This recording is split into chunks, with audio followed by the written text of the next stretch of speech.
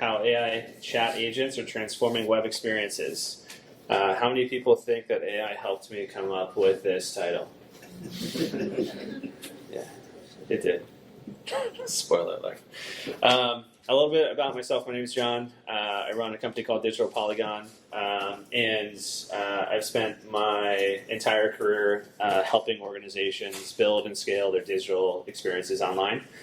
Started out my career in government contracting and health, and evolved that through my position at Acquia, and I helped a creative agency in the city build out their enterprise technology practice before I started my company. My team's made up of really Drupal experts. Is kind of how we started, and we do a lot of contribution in the community with Drupal.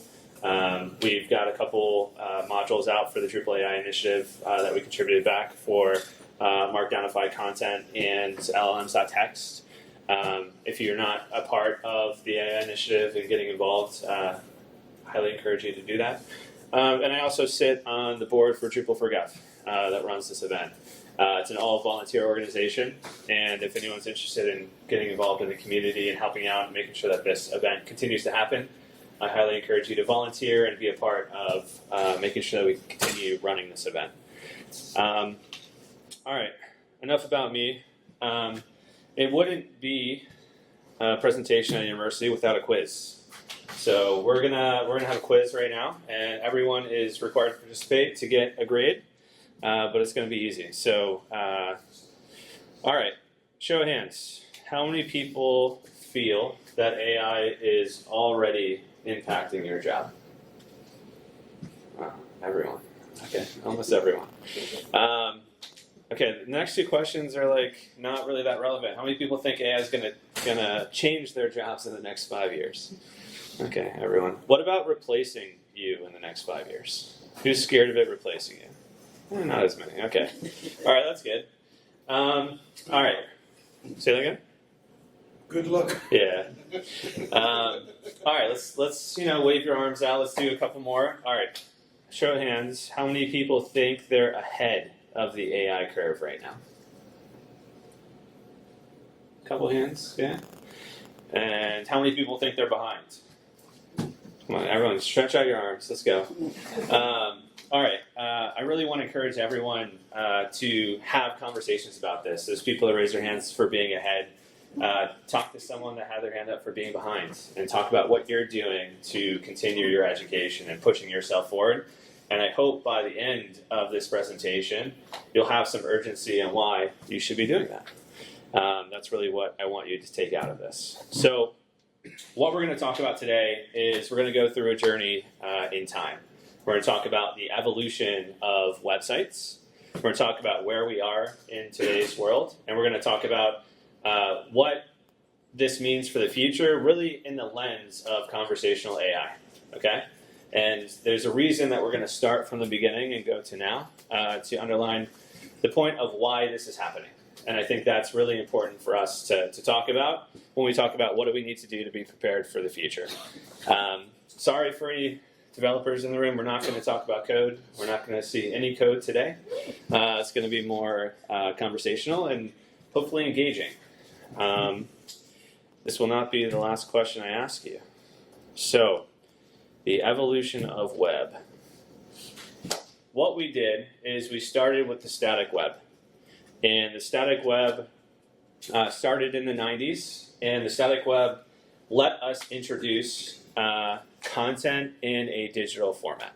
What did this mean? This means that instead of going to a library to search through stacks of books and pull them up and read them, I was able to bring the content to where I was in a digital interface through a screen. It was a new way of consuming that content.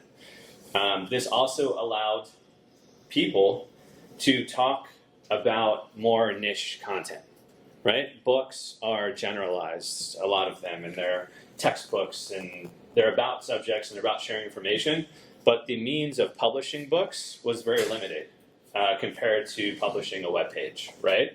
And as we see technology evolve, the accessibility of users to write content and share ideas continues to evolve, and we're going to talk a little bit more about that. Then, around 2004, the social web came, and we added write capabilities based on the invention of the API in the early 2000s. And the social web allowed us to now take that content that we're writing and get feedback on it. And this drove innovation to that type of experience. We have chat engines that came up, and AOL Instant Messenger, and Facebook, and Twitter, and Instagram. And we went from writing blog posts and sharing content and sharing really information that we had to now engaging with each other through additional means. And they went from long form content to 140 character tweets that that was how we communicated. And things changed, and people changed their experiences, and new technology was developed because of that. I'll argue that we're still in the social web, right? Social media still dominates our culture and our interaction and our attention. But around 2014, this idea of Web 3.0 and the semantic decentralized web came. And what this did was it added in ownership to this. So read, write, own. So the idea of ownership of your digital assets, of your content, of your online experience, of your finances.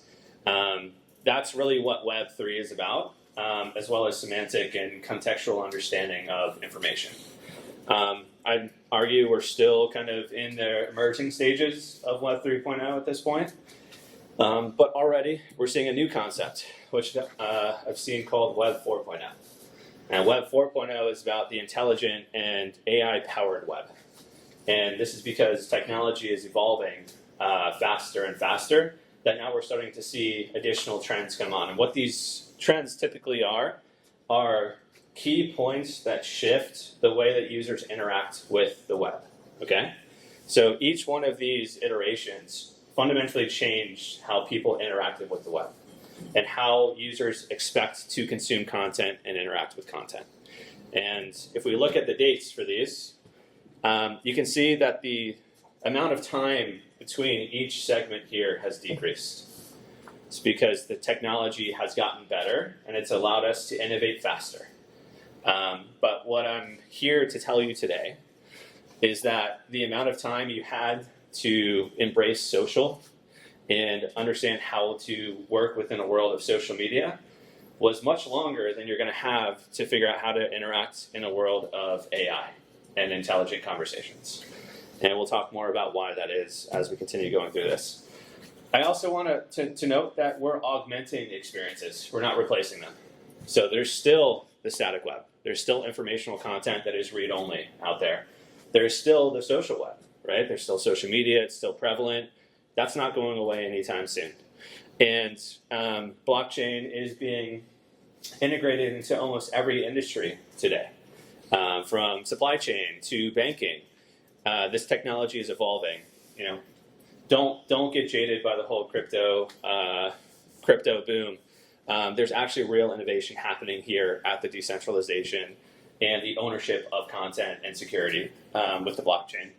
And then the AI-powered web, again, is taking these new ways to interact with content, and we're building those experiences on top of what we already have to cater to what users expect. And I think that's what is important here. So again, the rate of change is increasing, and this is because the time between major changes is decreasing, right? Technology development is exponential, right? We go back to Moore's Law, we go back to computing power, right? AI actually started sometime back in the 60s, or maybe earlier than that. But it kind of got paused because technology wasn't fast enough to deal with it, right? I think the original algorithm had like 1,000 inputs, and like the chat that we're doing with AI now has millions of inputs that the LLMs are going through and computing as we go through this. So, and what all this means is that user behavior is shifting faster than ever before, which means our job gets that much harder, but it means we still have a job, right? There's still something to be done, just like there has been at every evolution of this throughout history. All right, so where are we today? Today, search is out, asking is in. I wanted to share some statistics here. that are current to our market today. 80% of users solve 40% of their searches without going to your website now. This is predominantly driven by AI overviews or ChatGPT or users using those tools. 81% increase in traffic for AI chatbot platforms. This is ChatGPT, Perplexity, Claude, Gemini. These tools are gaining popularity at a rapid rate, faster than any other technology before it. And by 2027, they expect 90 million plus users on chatbot platforms. And I'm going to double check that because I don't know. Yeah, let me come back to that one. Sounds low. It's very low. So I'll come back to that SEMrush one. All right, so we're going to talk about some numbers. Can anyone tell me what these statistics are? Does anyone know? Someone's got to pass the quiz. Something to do with search or conversions? It is. Click-through rate. The click-through rate for Google's #1 position has dropped from 7.3% in 2004 to 2.6% in 2005. That's powerful. Why is this? Because the informational searches don't need to go to your website. Because that information can be brought to you. What's the remaining 2.6%? Probably the traffic that mattered in the first place. It's the transactional content, unless you're an advertising site, and then all of the traffic mattered. But it's the transactional content, it's the validation, it's the, are you the right person for me now that I know what I need? Okay? Where we are right now is in this transition from searching to asking. And I want to be clear that when I talk about asking, it's more than just a chat and getting an answer back. When you think about the word ask, what do you expect back from someone when you ask them something? Yes, you expect an answer, or you expect them to do something for you. You expect a response back in a guided information, let's say. And when you search for something, you're expecting to find that yourself. When you ask, you're expecting it to be brought to you, okay? And I think that interaction is really important because it's not just about providing information in a different interface. It's about actually performing tasks for people. And if I take the University of Maryland, since it's an amazing university, you go to their search, I say, how do I get into Maryland? I get a list of 100 plus results of, 259,000 results that I can go through and try to find what I need to know about admissions. As opposed to a chatbot, I say how to get in, and I get linked to an admissions page, and that says, here's what that page has. And then it's like, at the end of this, it doesn't ask me what I want it to ask me because I didn't copy that in, but it would then ask, do you want me to help you apply for admissions? It might ask, do you want to learn about scholarships?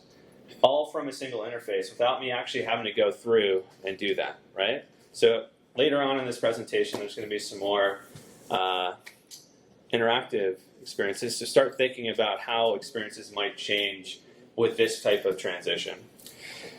Why we're here today and not in 5 years is because of the advancement of technology. And I really love this graph. This is the amount of time it's taken these major platforms to reach 100 million users. And if you look at the rate of growth and change, ChatGPT reached 100 million users faster than anything else did before. Why? Because it provides amazing experiences to users. It's giving people what they desire, which is to do less work and to have to and not have to go and find what they need, right? And when you find something that transforms how you interact with something in a positive way, the adoption is going to be exponential. And it's because all of these other platforms exist. Because we've democratized the way that I can communicate and share information with others, right? There's no way that ChatGPT would have got the visibility it needed without Instagram and TikTok and Twitter promoting it and people making content about it and this ecosystem that we built on the web. And if we then continue to look forward to what technology is doing, we talk about marketing. And we go back to libraries and textbooks, which were broad information on topics. And as technology and the web has evolved, we've been able to enhance our experiences. It started with mass marketing. Then it went into A/B testing, where we could do slightly different things for different users. Maybe just based on percentage to get lucky.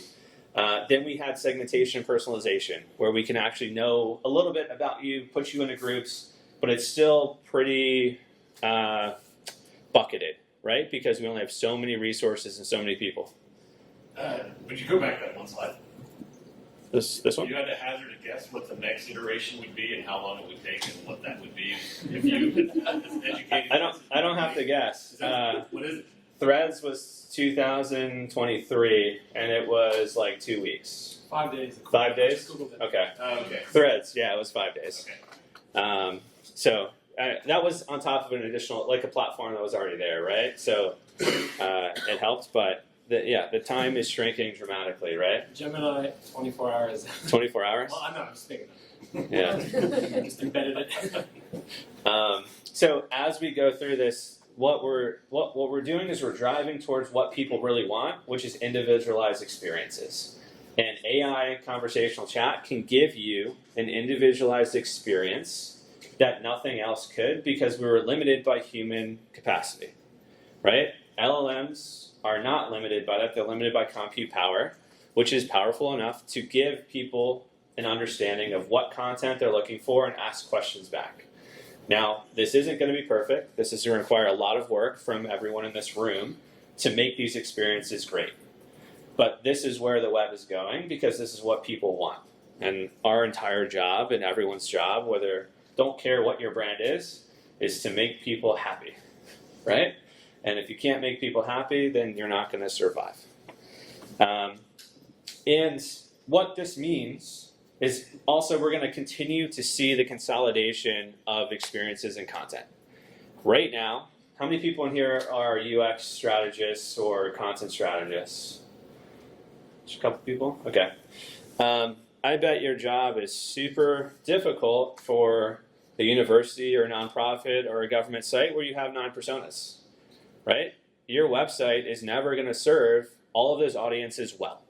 It's going to serve one of them great, a couple of them okay, good, and the rest of them pretty poorly, because there's not enough space to do traditional navigation. What conversational AI allows us to do is take that navigation and pre-built experience away, build them a portal that they can get what they need to them individualized. And that means that every persona group is going to be supported in the way that they need. And there's going to be new persona groups that we didn't even know about that are going to come about, okay? And I'm not talking about it too much in this presentation, but the amount of information and context you can get from a fully qualified search chat experience versus a search term and heat maps is insane, right? So anyone that's doing UX or thinking about a rebrand, I highly encourage you to make sure that you have a pilot of a chatbot on your site, because it is the best user research that you will ever get in your life, right? Normal user research is not going to give you this level of interaction when someone is actually trying to perform the task. It's either simulated or it's hypothetical, or it's a survey afterwards after they've either completed or failed it, which is bias, right? This can give you some better information. So, OMG, I'm going to let you guys decide if this is happy or scared. I couldn't really decide as I was going through this. So I gave you a lot of information. I took you through a journey of where the web is going and how we got to where we are, and that things are moving faster, and that there's going to be all this change and consolidation and information. So what are we going to do about it? And I want to start the next section up with let's have some positivity, okay? Let's take a step back, let's breathe, and let's reinforce the fact that at every stage through this evolution, we've had jobs and we've had things to do, right? There's still someone that needs to bring these experiences to life and make them work and build the content that powers them and individualize the experiences that are needed.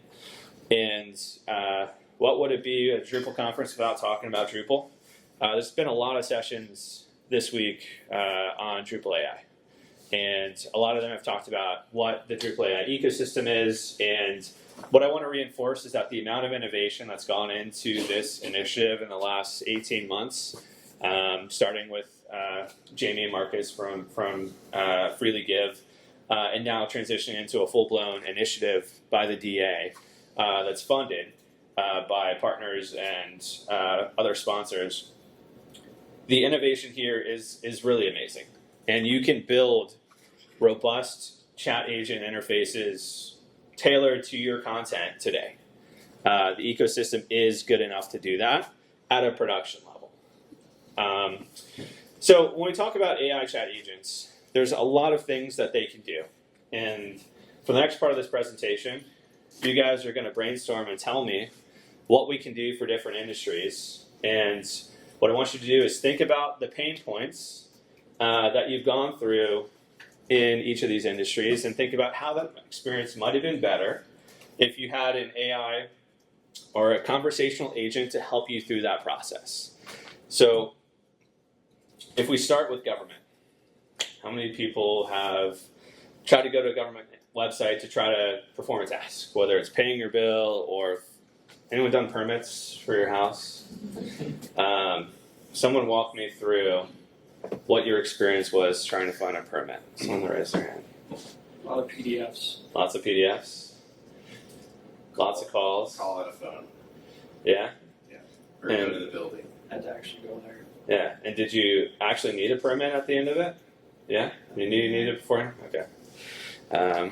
Some people don't even know if they need a permit, right? They have the question. And now, where am I going to find that information? Well, I got to dig through 23 PDFs and all this information and pull that forward, right? What if I could just go and ask a question, right? It's a pain to get someone on the phone that has the information. Let me transfer you this department, that department. But because all that information exists, if you have the context of it, you can provide that information to you. And maybe that experience could be, hey, John, I see you're looking for a permit. Let me ask you a few questions to clarify whether you need a permit or not. You ask the questions. Do you have electrical? Do you have foundational work that you're doing? Are you doing plumbing? Are you moving any structural elements? No, you don't need a permit. Yes? Okay, well, great. Would you like me to help you apply for that permit? That's a much better experience than what you're going through right now. And the organizations that can provide this experience are going to be the ones that thrive in the future because they're serving the needs of the people, right? That's what web experiences are doing and have always done. So if we take a look at government, some things that we might see come of these conversational AIs are really smarter cities and faster answers is how I like to put it. And we've got self-service chatbots like we just talked about for smart search, the integration of actually completing forms and process guidance for you. We went through the last 15 years of digitizing paper forms into multi-step workflows. Now it can be conversational interfaces that collect the information and submit it for you, right? And you'll have a lot less pain to deal with field requirements and values and validation, right? And we can tailor this experience much better than we ever have before by asking questions and being interactive like a human would. Planning data, policy insights. We're not going to get too far into it, but think about you as a user of this data, right? I can actually look at and analyze large sets of data with AI, and I can ask, how many people failed to perform this task, or how many people, asked about this question, or what do we not have content for that people are asking for? And you can get feedback to help improve that experience and get that instant feedback where in the past you need a team of data analysts to go through 15 different systems to pull that information together. All right, higher ed. Who's got a scenario for me? Admissions. Admissions? Yeah. What else? Student orientation. Student orientation? Financial aid. Huh? Financial aid. Financial aid? Yeah. Scholarships? Mental health, yeah. Visa support. Visa support, it's a great one. So you think about all those things, and all those things are pretty well tied to admission for a site. And you think about the user experience of that admissions page. Where am I going to put the scholarship information and the visa support on that page? It's going to be a right sidebar. I'm going to hide it down here. It's going to be somewhere else in the nav. Right now, we have to think intentionally about how do we design that experience. Conversational AI, we don't have to think as hard about it. It's going to think for us, and it's going to pull that information back. What we need is high quality content. And this trend has been happening for a long time with Google. It's not about having 3,000 pages with keyword stuff in it. It's about having high quality intentional content that it can validate as good so that it can provide a good experience to users. I think that same process is going to happen, and again, that's where that consolidation of content is going to come in, and that contextual awareness is going to prevent a lot of the repetitive stuff that we have today. So what I like to think about here is maybe go into a more advanced use case, and I think about advisory services, right? And I think about, I'm a third-year student.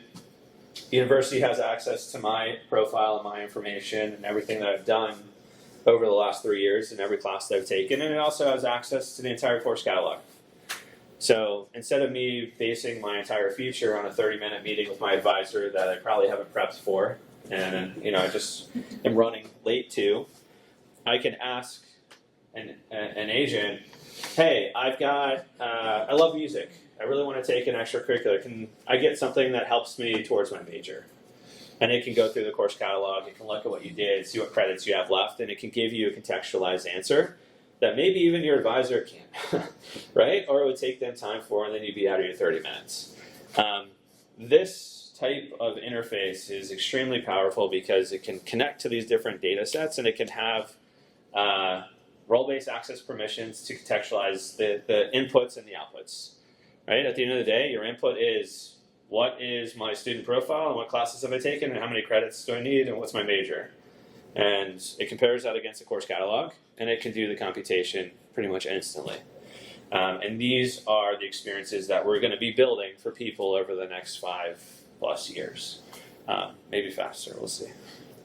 All right, nonprofits, give me some ideas, some examples here. Donations. Selecting a program that's going to help you. Yep, programs to help you.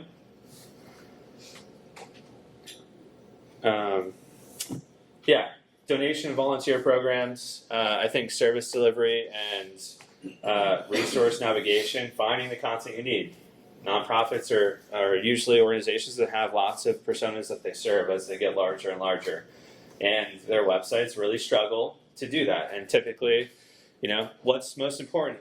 The donors to get the money to run the organization, or the people that you're trying to help, right? And there's always a conflict there. And this can give us the ability to do that. And it's not going to replace outreach. It's not going to replace you going out to your communities and drumming up support and doing that. But when they get there, they're going to get the experience that they expect, right? And I'm going to try to wrap this up relatively soon so we have time for questions. But I want to leave you with a little bit of optimism as we leave this presentation. So I really love this quote. Artificial intelligence is not a replacement for humans. It's about amplifying human potential. And I really believe this. And I believe that at least for the next 10 years, we're going to be continuing to evolve our existing experiences to incorporate better user interactions through it. And that is where we're going to go as a web ecosystem, a web environment. And we're going to continue to innovate into new and better things. And this means that, yes, we don't need to spend time creating the same version of the page 300 times, right? We need to be providing better experiences to help people get the job done. McKinsey released this last year. By 2030, they expect 30% of hours currently worked across the U.S. economy could be automated. And again, a lot of this automation is going to be repeatable, trivial tasks that maybe we shouldn't be doing anymore now that we have technology to help that, and that we can automate better through these conversational AIs, or maybe that content should have never existed. I would say that the web is bloated right now with just way too much content, a lot of duplication, and obviously that's probably not going to go away anytime soon. But I think we can start working towards a better place. And I think a key to understand and just reinforce this is the SEO market. How many people have heard the word SEO is dead? Everyone, yeah. SEO is not dead. SEO is going to continue to increase in market size over the next 5 years. The way that we do SEO is not going to be the way you did SEO before, though, right? The approach to SEO is going to change. What we need to do to optimize content for new ways of consuming it is going to change. But the concept of engine optimization is going to be there. It might be called AEO. It might be called GEO. I've heard a number of different optimization things here. And it's going to continue to expand to meet those interfaces, right? The way that you rank a video is different than the way you rank a web page today. The way that you rank on Instagram is already different than the way that your website ranks. We're already doing this. It's just another medium for us to continue to build it for. It's another skill set we need to learn. And yes, the challenge is there's more and more coming out faster and faster. But the tools like ChatGPT and Gemini and Claude are going to allow us to do our job faster to keep up with it. And I'm not going to get into the politics or the future of humanity and like where this is going to go. But for now, that's what we need to do. Is we need to keep up. We need to keep investing in ourselves so that we can stay ahead of this curve that's coming, and continue to evolve. And I loved how Martin put this in his presentation with the human in the loop, and how AI is like an intern. I think is what went into a couple of them. Where sometimes you give it a task and it comes back and it gives you something like that's wrong. It's like you ask it, hey, why'd you do that? It's like, I don't know. And it goes away and gets his coffee and like, okay, well, can you fix it? Right? I mean, that's kind of the experience we have right now. So we're far from it replacing everything we do. But again, it's about augmentation. And it's about understanding that AI is going to continue to breed competition. I can create content faster than I ever could before. I can create new apps faster than I ever could before. Doesn't mean they're good. Doesn't mean they're useful. But we just got to know there's going to be more noise as we navigate through this as well. And, for anyone out there that's going through it, I don't think AI is going to replace people. And I think if you let it run on its own, you're going to get poor experiences overall. And it's not going to be a good long-term success. So just want to reinforce it with that. So with that, I hope I've convinced you that you need to go and learn about conversational AI and start looking at how you can implement this. And I'll take questions for the next 10 minutes. Yeah, go ahead. So it just seems to me like we're moving towards a world where the chat agent is the website. Yep. So instead of having your structured content, you're basically giving them a chat box and saying, tell me what you want to see and I'll do it. Yeah, so the statement is, sounds like we're moving towards a world where the chat agent is the interface. And I think that it's very possible that we will end up in a world where that's the case. However, I don't think it's going to be too soon. And I think there's a number of reasons to have websites outside of that agent, right? And the way that we consume content is still different. Maybe that agent still brings back videos and social media posts and other content in different formats, but people like to consume content differently, right? And we like to learn the way that we learn. So I think there's still going to be a need for those additional ways of consuming content, but sure, at some point, maybe we don't have to go out and find it. It comes to us, and we search differently. We ask for it. And we can then search through what that is, and then there's going to have to be some UX to that too.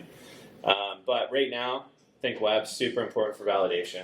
I don't know about you guys, but if I get an answer back, I always click the source and go and look at it just to make sure it's right, especially for presentations and things like that. So I know a lot of people who don't. and like I said, human in the loop. Yeah, Alex. Not really a question, but a comment on that. Back when we were in Web 1.0, there was like Craigslist, well, I guess that was the first of Web 2.0, but it looked so minimalistic. Mm-hmm. And then Google came in and looked so minimalistic. But the web did not stay clean, minimalistic. People still needed branded experience to have relationships with the users and to show off that my company's design and money is better than my competitors. And so I think we're living in the Google 1.0 Craigslist age where people are giving away stuff for free. There's no need to compete on visuals because we're just competing on value and technology. Yep. But pretty soon the competition will heat up again at that new level, and expectations will simply adjust. And then we're going to have basically the same situation as we have now, where like my chatbot has to look fancier than your chatbot, and it has to be branded. On a related note, I think also we already see that a lot of interactions with chatbots have a GUI in it, like with the buttons. People love clicking on things and they hate typing, and maybe voice will change that, but we haven't even experimented with that. We're not talking about that. Yeah. So I think all of this, people forget that people haven't changed in a year and a half, and they don't change in a year and a half. So yeah, I think everything you're saying aligns with that, of course. Yep. Yeah, and I think the people crave experience. And it's just human nature to want to experience things, right? And sure, the web and social media is helping us zone out of that in instances and giving us that instant feedback. But for me, at least, still, there's nothing like going out and doing something, going fishing or going snowboarding or experiencing a conference like this. Like virtual conferences are not the same, right? And I think there's always going to be a need to provide experience. And I hope there's always going to be a need to provide real experiences, right? And that's how brands stand apart from each other, like you were saying. I think it's really important to understand that human side of this. Yeah. Do you envision user trust being a problem, or because I know, like, if you're applying for a permit and you get all these answers from AI, and they tell you don't need a permit, what if you do still need a permit because it wasn't searching the right? Yeah, so the question is, does trust come into play here? I think the answer is yes, and I think that's where it's going to be up to the people in this room to build those experiences and control what is given back. Right? Even now, if you have strong enough prompting, you can really control what the responses that come back are to only base it on the information that you provided. Right? So we can use an LM to contextualize your current database to provide human-readable answers, like I had in that chatbot, but only based on the content that you have, right? So you're using it more as a conversational engine to power your content than otherwise. It means you still need good content, right? And I don't know, you guys probably saw that someone sold a car for $1 and they lost in court, and because they replaced a human with the agent and said, well, if it can do the job, then you can deal with the same consequences. And I think that's the ethical part of this, and that's the need to make sure we do it right. So I think it comes into to play a lot, and I think, again, that's why I don't think websites are going away, because you're still going to have link backs to the sources and validation, and you're going to want to trust that from a trusted brand. Isn't that, Okay, Nika, you're going to respond to that? Go ahead. but isn't that how the information is curated in the beginning? Like, you can't get rid of websites. So let me tell you a story. So how many people in here are developers? All of you? Okay. So I'm going to say it's widely known. Maybe there's just my bias, but AI, like Claude, is much better at writing React code than PHP. Do you know why? Does anyone know why?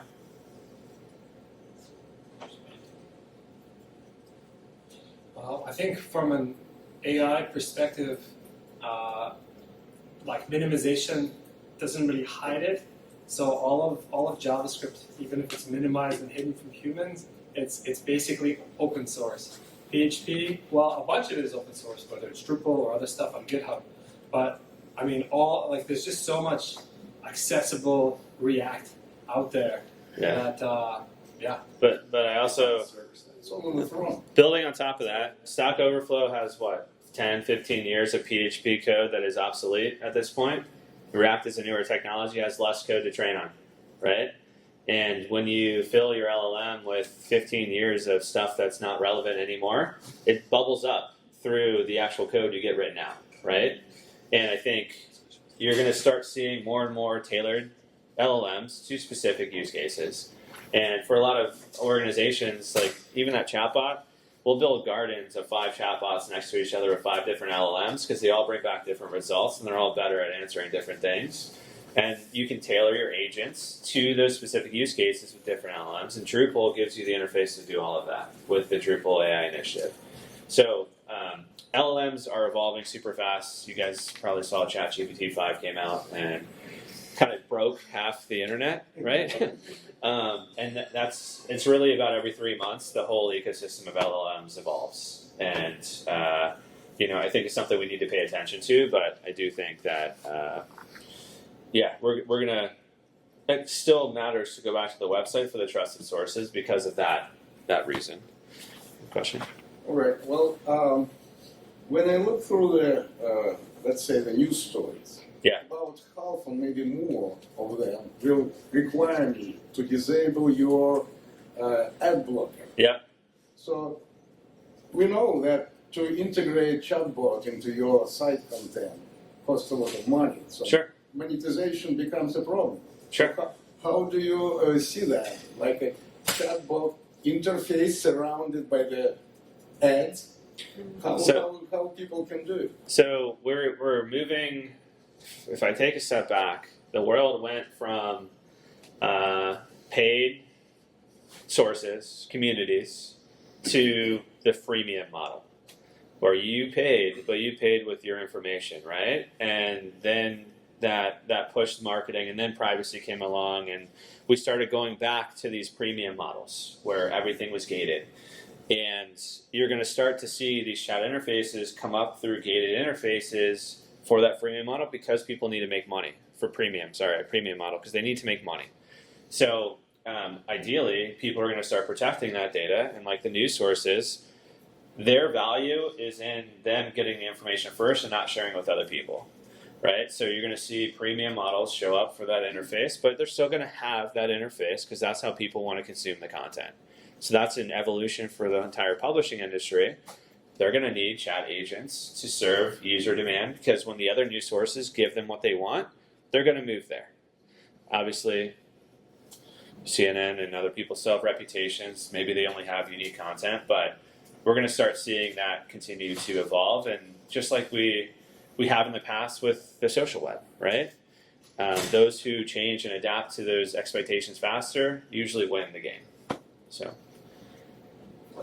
I feel like trust comes into that equation too, because It you does. have to be fast but trustworthy. If you're just fast but not trustworthy, Yeah. you're talking Like if about, it's all AI generated content, it's not going to work. So fast and trustworthy. I think on the agency side, like say you have 2 or 3. It's cheap, fast, or good.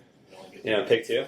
I think the same thing exists. That's where brands come in. That's where trust. Like Coca-Cola has a brand. It's got a presence. People trust it. They work very hard not to break that trust, and I think that's going to continue to exist as we continue to move to the future because that's what a brand is, right? It's about that community and that trust. Any question? I was just wondering, do we kind of see maybe the opposite happening, right? Going back to the monetization thing, like maybe marketers come away from the traditional marketing because the data that users are putting into the chat box is more beneficial, more valuable than, hey, let's serve you up an ad. If they're like, hey, I have this weird rash, now they're like, oh, hey, we can sell you, rash cream. Like that data feels more valuable to me than maybe just popping up a pop-up ad. Yeah, I think there's a reason why OpenAI's valuation is as high as it is. You think about the amount of contextualized content and information it has, and compare that to just Google, what Google has done with just keywords, and the opportunity for that is exponential for user experience and feedback. And I think you'll continue to start seeing those models come out and that information available, and how they expose it, how they share it, and what that looks like. I think to be seen, but it's definitely something to follow. Yeah, go ahead. Hi, my not a question, but I was wondering about the content. How we create content today, so that it's optimized for search engine. Going forward for AI chatbots, is that still holds true that the best practices that we follow for creating good content? So the question is about optimizing content for AI as to normal web and SEO.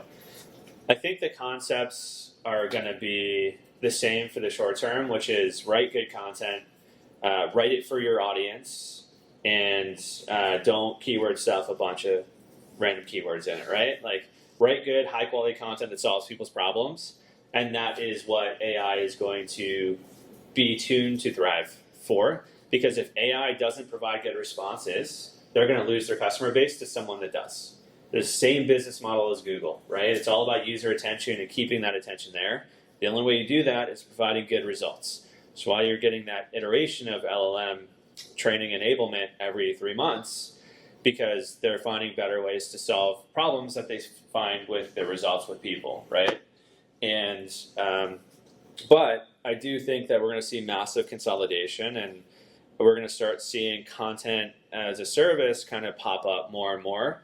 Like, you think about headless CMS, you think about centralizing your content into understandable data models so it can be consumed by multiple platforms. That's what AI is going to want, more so than a bunch of random blogs that all have the same thing, but I changed keywords in it, right? So, as long as we keep building that purposeful, intentful content, I think you're going to be okay. But there are things that you need to do to your website to make it easier for AI to read. So the Markdownify content module that we created is meant to reduce the number of tokens. So it converts your HTML into Markdown because there's less tokens for the AI to read, which makes that computation cheaper. So as you know, please and thank you costs ChatGPT like millions of dollars a month for just people saying those 2 words to it, because it ran it back and forth. So that's going to become a concern as we continue to evolve this, and things like that will impact that. LLMs.text is about crawling your site, just like robots.text for search, LLMs.text for LLMs. And these things are going to continue to evolve. So there will be changes, there will be uniqueness to it, but fundamentally, from a content strategy point of view, if you can solve someone's problem and they know that they have this problem, they'll serve up that content, and that's what they're looking for, because it's all about user experience. Yep. Can you talk more about the chatbot guarded concept that you're Yeah, so Drupal AI has their chat experiences built on top of basically Search API, right? So I can create multiple indexes in Search API, and then I can build, I can configure LLMs. And that chat agent has 2 things. It's what index am I reading from, and what LLM am I sending it to contextualize. And I took the architecture slide out of this, but I can show that later. Basically for chat, you've got RAG-based implementation. So you've got a vector database that has your data source, and then you've got the LLM that pulls back the information and contextualizes it for a user and provides those results. And you can, when you create a new agent in Drupal, it's a block. It can be a block. So you create 5 agents, configure each one to a different LLM source, and either all the same vector DB, or if you have different data sets, you can customize that too. And then you just put them all on the same page, right? And then you have your users put the same query into all 5, and you get 5 different results back. And we do a lot with Google Vertex and Amazon Bedrock, and these services will let you switch out LLMs, and I'd encourage you guys to play around with it, right? Like, again, new LLMs with new information is coming out every 3 months. So with the switch of a button, after you got to hook up the APIs, but you can swap out the LLM for that chatbot, and everything else can stay the same. And you can get different results back. You can test that, run A/B tests on it. Drupal's modular ecosystem pretty much makes all of that possible out of the box, which makes it a really, really powerful platform. And I think it's really going to help it make a comeback over the next several years, because none of the other open source web platforms have that capability for that architecture already built in. And I think all the API work that we've done over the last 8 years has really enabled us to be prepared for this. Whether we do it or not can be argued, but right place, right time. We're in a good spot now. So, does that help answer your question? Yeah, thanks. One quick question: how fast does the chatbot fetch new information from your system? It depends on the LLM use and the algorithm that it's running. My architect is at the booth, and he just did the POC for this with the timing. So we're going to get something published, but it can be from like less than a second to like 8 seconds, depending on the number of tokens you have in the LLM that you're using and what the computational setup of that is. So it can vary, but it can be very fast. I think is it Gemini Flash is really fast, but yeah, I'm gonna butcher it. So I can get you real answers with real LLMs if we talk at the booth later. All right, we got time for a couple more. Next one starts at 10, right? Oh, Yeah. Morning announcements. Okay. Yeah, they're running through it right now. You're like 5 over. All right, I'll take one more. Then we talk at the booth. Do you envision a world where chatbots are asked more clarifying questions or kicking out information? I think so. I'm a legal law reference librarian, Yeah. so we find often the first question patrons ask is not what they're really looking for. Yeah. So you have to go through this interview process to really understand what the information they really need is. Yeah. I find chatbots generally just spit out a lot of information, and you go through it, it's like, well, that's not what I was looking for. It's just clarifying questions. Yeah. And it's all about prompting, right? Garbage in, garbage out, and you're the subject matter expert, and you can control that prompt. So, like in the permit example, or the legal example, look, if they have this problem, in order to answer it, I need these 6 pieces of information. If they don't ask it, prompt them to answer these questions, and then make the decision. And you can build that into your prompts, right? And then you can contextualize it, save it back and forth, and it provides you the ability to do that. And I think there's still a human in the loop needed for that, because you don't want it to go and make up things and hallucinate about legal advice, right? Yeah, we did a beta test of the one, and we got a lot of hallucinations that we were concerned about because some of what it spits back can be considered privacy loss. We get into this gray area.